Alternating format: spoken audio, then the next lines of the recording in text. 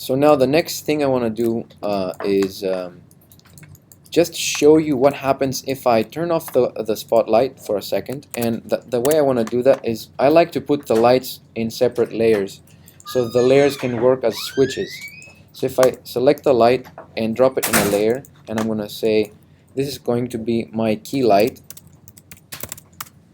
and I'm going to save that, and I'm going to just let's say here's what I have, and I'm going to go to the bookmark. And if you have the light in the layer, you can turn off the light like that, like a switch, which is a very convenient thing. So I'm going to turn it off. No light. So the next thing I'm going to do is introduce a global sort of soft, like I'm going to introduce more light but on a sphere. So that will automatically start fighting the shadow area. So the way I do that, see now the rendering looks like that. And we want some like ambient light in the room. There's an ambient light that I hate in Maya, that everybody hates it now, because it doesn't work well. It just eats away from your textures. It was like more of an old school thing. So don't use the ambient light. The best way to do it is to use like an HDRI, high dynamic range image. So if you go to the settings, we have Final Gather on. That's fine. Let's go to the scene, and under the environment, we have image-based lighting and physical sun and sky. So the IBL, or image-based lighting, will create for us a sphere. So if I do that, Maya creates a sphere around the space. We've done that before. And in that sphere, I'm going to attach an HDR image. That means a high dynamic range image, which is like the one I have in particular it looks like a studio light. So if I get that HDR, that will map around the sphere. So let's see.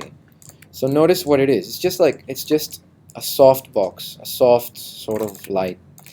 Now what I want is I can rotate that so I can create my own. So everything that is like light gray is going to add light to the scene. So I'm going to do that from the other side. And I can also scale that down. So here's my scene. So what will happen now if I go to my bookmark camera view 1? Let's see what happens. I turned off the spotlight and I only added the IBL. The IBL will never work without Final Gather. So if the Final Gather is off, the sphere is there. It doesn't really do anything. So let's see what happens now. Like a huge difference. So basically what it does, it actually all that sphere is like emitting light, and the Final Gather is actually bouncing off, and it creates a soft, it's almost like using a very soft box to like like almost, that's called the fill light now. So we're doing this. We don't want that much though. But before I proceed, let's turn on the spotlight again to see both of them working together. So in the beginning I had just the key light with no Final Gather. Key light, wait, I didn't, okay, so key light with Final Gather.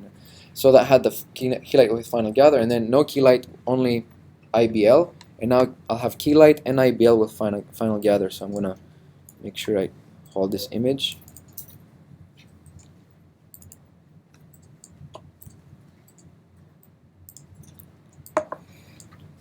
So now I have this, which is overwhelming. It's a lot of, it looks really like flat. I don't want this. I mean, I'm gonna actually start adding materials in the scene, like glass and all that. So at least we can evaluate what's happening right now in the scene. Is we're getting a key light and we're getting the fill light. Now the fill light can be adjusted.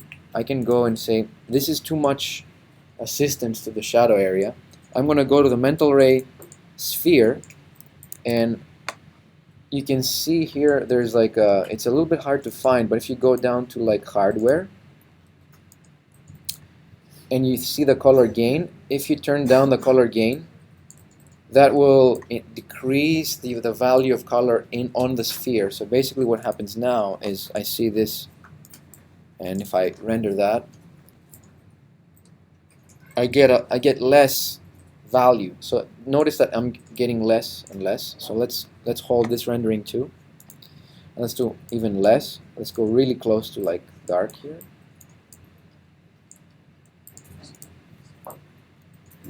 So if you wanted to just assist the shadow area a little bit, you can really take that color value down, and then you have from here to here you can see the difference of value. So maybe that's like in a room that doesn't have other windows, or it doesn't have like, so it doesn't bounce too much, or you can have a medium bounce, or like full, So now I'm just gonna go and set this to like sort of here, and then add some textures. First of all, I need to make the floor. So let's look at the floor. I'm gonna press Alt H, and I'm gonna turn off the frame gate. So here's my floor. Let's add a material on this one, and I can add a mental ray material. I can add a MIA material X, and I can do this like a sort of let's see, like a glossy finish, but not too much. I'm gonna do a glossy finish, but then I'm going to go down to the glossiness. I want the floor to be like a wooden floor, but with a very blurry like reflection. So I'm just gonna take the glossiness down and increase wait, let's see. The reflection here. Sorry, I was like looking at the refraction. So sorry, I was like on the wrong area.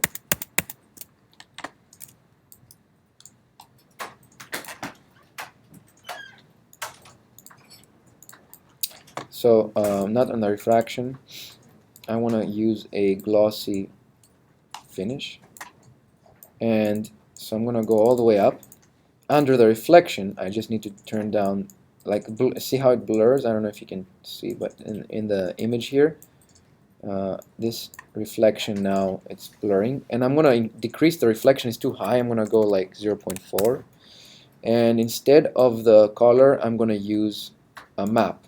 So I'm gonna go ahead and bring a file, and this file is going to be a plywood floor or some wooden texture. I'll use the wood, this texture here, wood fine, and this is too big for our scene. So if I go over here and bring the other objects back, display, show, left hidden, the scale is wrong. So that's like completely wrong. So what I'm gonna do is I'm going to tile it first. So I'm gonna go back to my wood floor. So I'm gonna name this wood floor, and I'm gonna go to the color, and notice that there's a place to detexture node. So I can actually repeat that, maybe 20 and 20. That's way too small. Let's do 5. It's a little bit better. Let's stretch this. So let's do 8, actually 7 and 9. As long as it looks sort of. Now the thing is, it's repeating very, it's actually, it looks like, oh, this is a CG model now. So I'm going to mirror and mirror, and if you press all these buttons you won't see it, but let's go here and look at it for a second and see if it makes sense. So it actually randomizes the pattern. So it's not that bad. I'm gonna keep that. The scale looks fine. So notice that we're getting like a nice, blurry reflection here. So I'm gonna go back to my bookmark. Let's finish the adding materials. So this one here.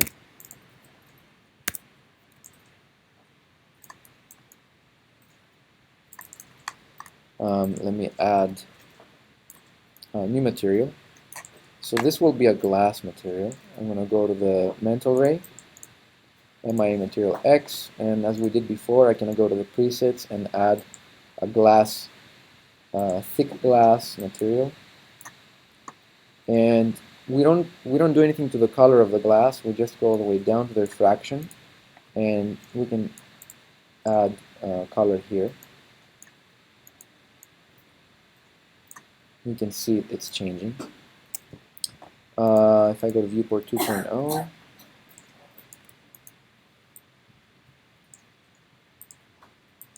and it crashed. Thanks. And I didn't save anything. You'll never choose.